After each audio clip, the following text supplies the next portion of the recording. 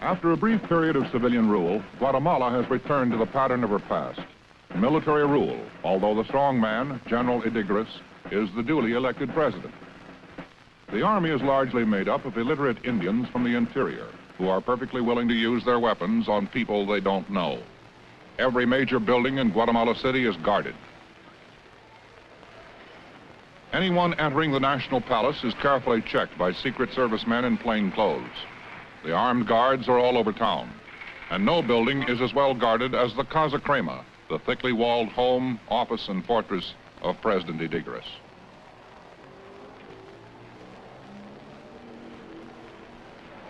The people, unless prodded, have learned to ignore the army and stay clear of unnecessary trouble.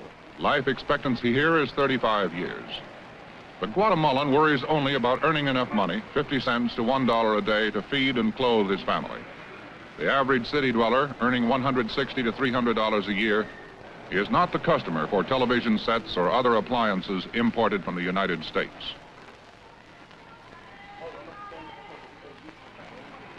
In these stores, the trade comes from the small wealthy class and the rich foreign colony.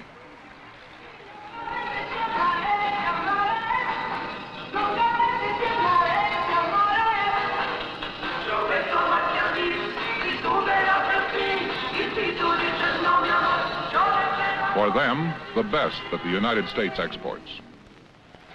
Before the Spaniards arrived in Guatemala, Central America was the home of the Mayan Indian and his neighbors of other tribes.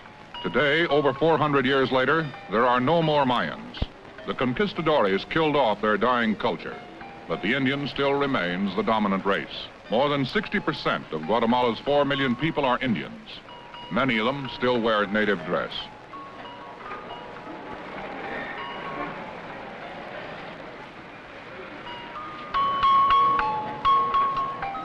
Indians who live in or near the cities tend to be street vendors. Some carry their goods many miles and many hours to a stall in a huge enclosed market. Here they sit, wait, bargain and sell at prices below the official government list. The fruits and vegetables are their own, and they feel they should get a price they're happy with rather than one the government has established. Most Indian women must set up their baskets on quiet streets where they wait longer and sell less. President Idigueras owes his election in 1958 to the people. His opposition called them the mob. Many of his supporters were the new class of bicycle riders, proud young people, more fleet in their means of transportation, and with every intention of staying one step ahead of their fathers. Idigueras also got some support from the motorcycle riders, but not as much as from those on bicycles. Motorcycles are almost on the same level as automobiles. Many are owned by the rising conservative middle class and by ex-bicycle riders who can afford to pay 3 years' salary for faster and fancier transportation.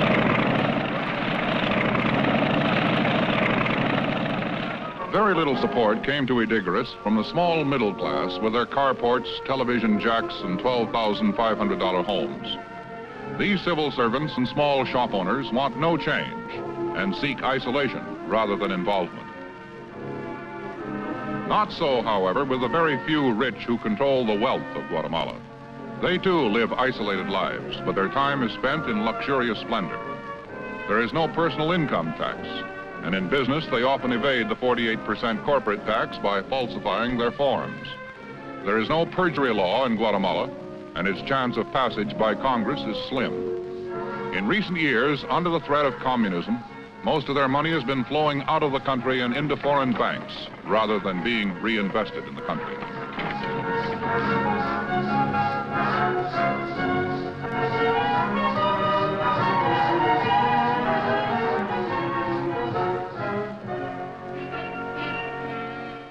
In Guatemala City, as throughout Latin America, communism has made its greatest appeal to the urban slum dweller.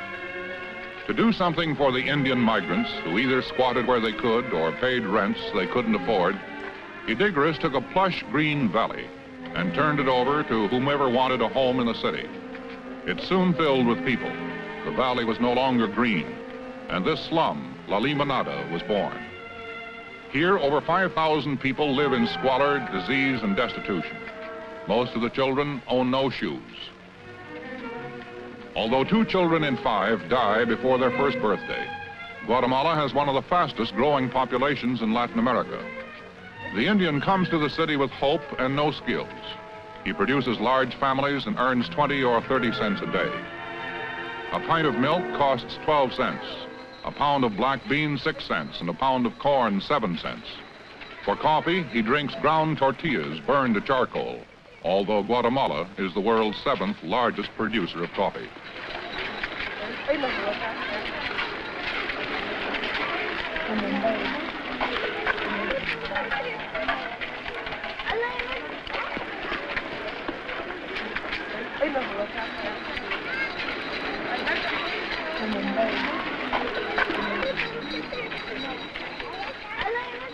The children rarely leave La Limonada to see the big city outside.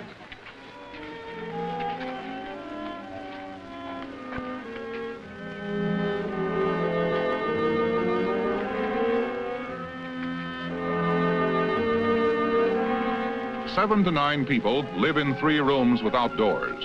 The wooden shacks with their tin roofs are airless, dark, and diseased. They allow no freedom and imbue the family with the one idea of leaving as soon as possible. These children are unusual. Their father is a shoemaker. They will not have ulcers on their feet. In Guatemala City, vultures are the appropriate symbol for the slum. Like Castro's agents on the ground, they are willing to wait.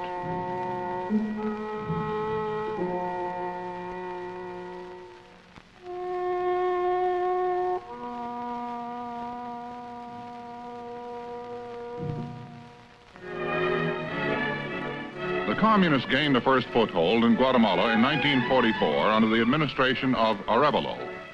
By 1950, with the coming to power of Arbenz, they had gained control of labor. By 1951, the entire government was dominated by communists. Men like Che Guevara, unknown then, were running the country for President Arbenz. There was a counter-revolution, and interregnum, then Idigueras took power in 1958. He faced the same problems Arevalo did when he took over from dictator Ubico 14 years before. The communists had solved nothing.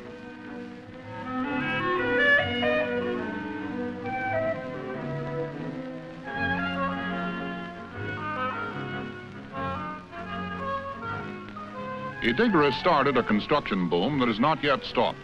It has put many of the underemployed to work and has built more houses and office buildings in 4 years than had been built in the previous 28. Most construction workers earn from 80 cents to $1.25 a day. Some of the more skilled, like bricklayers and plasterers, can earn as much as $2 a day. In the first television interview he has ever permitted, President Miguel Idigueras Fuentes discussed what he is doing to combat communism in Guatemala. We can't kill the communists with a machine gun, but we can convince the people to come back from the communism to our side, anti-communism, giving them all that the communists promised to them.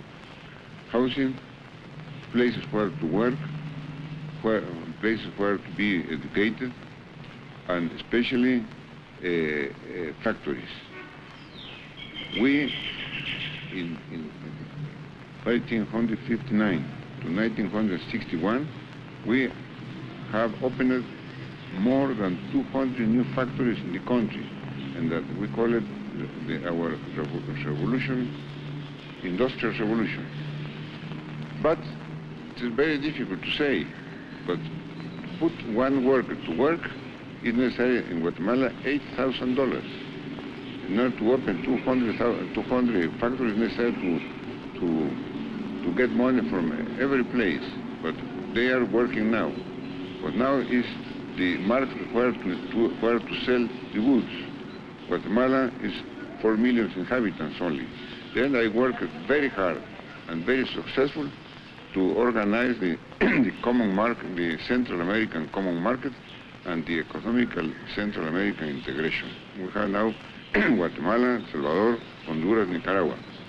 In some days, Costa Rica will be in, and in some months, Panama will be in.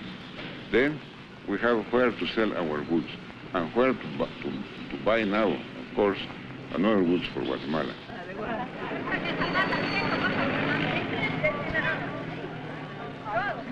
Idiguris is always traveling around the country, and his working clothes when on tour are his many uniforms.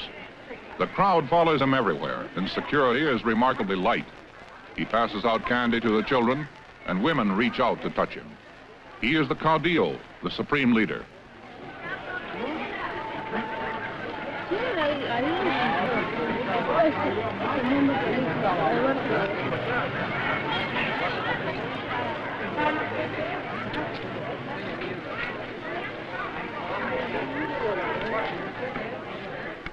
On this day, he was touring one of his pet projects, a housing development built with the United States and Guatemalan money. Over 3,000 of these four-room homes have been built under what Idiguris calls a self-help program. Once the funds have been allocated, it's up to the community to supply the land and part of the labor. $14 a month for 20 years, and a man may own a house. Idiguris stopped in a town without new homes or sewage. To maintain his support, he promised he would build them the things they needed. Out of candy, he found a soccer ball, tossed it to the crowd, and returned home. December 1961 saw the end of a mild honeymoon between Idiguris and the people. The students took to the streets to protest the elections in which supporters of Idiguris won most of the seats. Unarmed army officers did their best to break up the marches. They did not succeed, and things got out of control. Normally quiet, Idiguris opposition screamed foul and demanded his resignation. The communists egged on the unstudious, politically minded students and provided the militant inspiration they needed. Idiguris, having the backing of the army, the national police, and his private force of ununiformed judicial police, sent them out to quell the rioters and restore order. Guns were freely used. Tear gas bombs resulted in chaos. For the first 3 days, the students were alone in their protest. They fought the police with rocks and the weight of numbers. As the week progressed, adults joined the mob. Business was at a standstill, and Idiguris held firm. Soon the adults withdrew, licking their wounds, sorry for their feeble protest. They wondered what they would face when it was all over. Peace was not quickly restored. The demonstrations went on for months. The judicial police, in plain clothes, and the national police soon gained the upper hand. Support of the government grew out of fear of reprisal as violence and brutality reached its peak. Guns were put away for primitive weapons. Machetes and clubs were brought out to do their work more quietly, but no less efficiently. At the end of 6 months of sporadic rioting, more than 20 were dead, hundreds wounded, and Idiguris was still there, still strong, still, in fact, popular.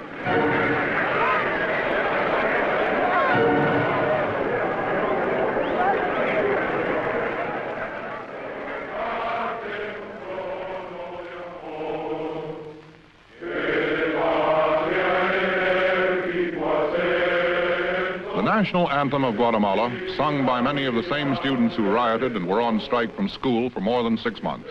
An engineering student told us he has completed 3 semesters in the last 4 years. The other 5 semesters he was organizing a demonstration or out of the country. He is the rule, not the exception. Last May 8th, the 55 student groups voted to return to school. They debated on and passed their Magna Carta for Guatemala. They asked Idiguris to resign unless he rids his government of the monumental graft and corruption, which he says does not exist. They asked him to cut his $17,000 a month salary and to drop his $1 million a year personal security fund. They also asked that the emergency military cabinet be dissolved and replaced with the original civilian one. Idiguris said he would consider their demands, sent no police to the meeting, and for a change there was some peace. But the students ignored Guatemala's basic problem. 3/4 of the people live on the land, and 90% of that land is owned by 6% of the population. The Indians grow one major crop, corn. The communists try to redistribute the land, diversify crops, and change their way of life, but they fail. Idiguris is not doing much better. The Indians do not have a tradition of peasantry. They fear responsibility, and when farming for themselves, they are easily discouraged. Bananas were once a major crop. Bad weather, disease, and the communists' attempt to distribute the land decimated production. Bananas may soon become a minor crop.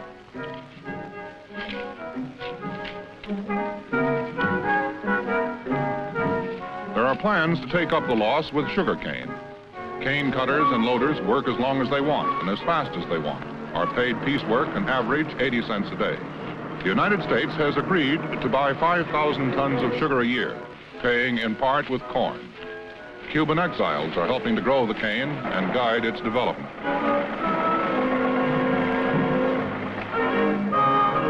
Cotton exports have tripled in recent years. With the emergence of the Central American Common Market, the future of Guatemalan cotton looks good. Mahogany is one of the least developed products in Guatemala. It grows in the northern part of the country where poor roads make shipping almost impossible. Very little of the wood is exported. It is used locally, and most middle-class homes have mahogany doors, paneling, and windowsills that cost next to nothing. Guatemala is the world's 7th largest producer of coffee. Over the last 5 years, world price fluctuations have cost Guatemala an estimated $300 million. In a country dependent on coffee for its foreign trade, this loss has emphasized the need to diversify farming, and there is an overriding need for more education.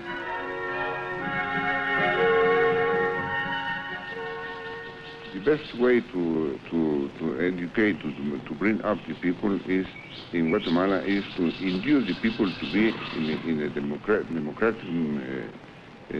channels. Because in Guatemala we have had dictatorships for 1 year, 2 years, 5 years, 10 years, 15 years, 22 years, and one 30 years. And it's very difficult now to change the mind of the people that the father, the grandfather, the great-grandfather, the great-great-grandfather were under the rule of a military boot, of a civil boot, but a dictatorship. But in another way, we are building now more schools in 2 years that 4 presidents behind me. Idígoras spends at least 2 days of every week touring the interior in his private plane. He makes it his business to attend the opening of every new school. He believes education is the most important part of his program.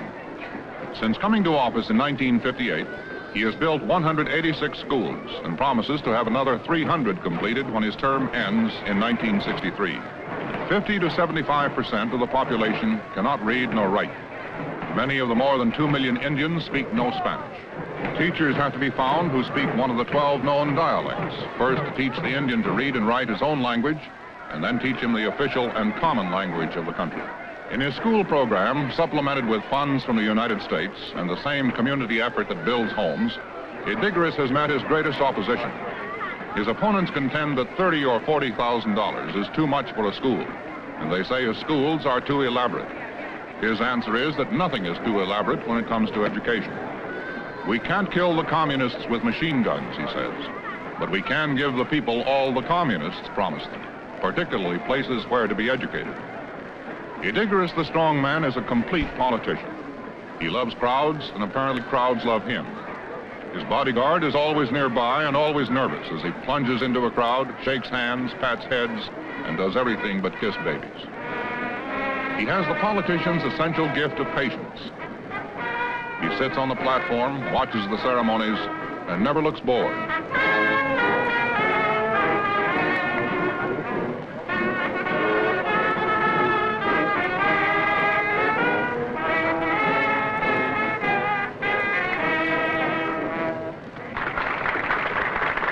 Idígoras cannot constitutionally succeed himself. He can do something that few Guatemalan presidents have ever done, that is, pick a successor to pave the way for his return when his 6-year wait is up. This may be why he is always campaigning in the interior. The more sophisticated people in Guatemala City do not support him. They've been too close to material improvement, and they have suffered too much by his periodic brutal suppression. It is to the Indian he comes, gives of his efforts tirelessly, and hopes for blind fidelity in return.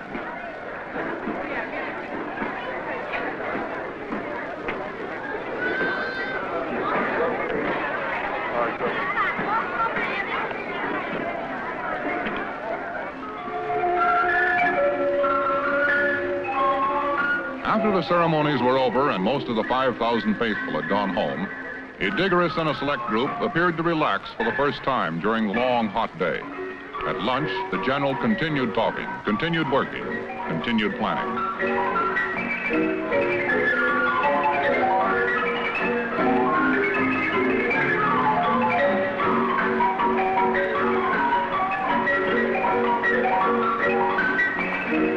When the day finally ended, some of the crowd had reassembled to see their leader off. Idygorus' aides were somewhat disturbed because he refused to hurry and insisted on shaking as many hands as possible.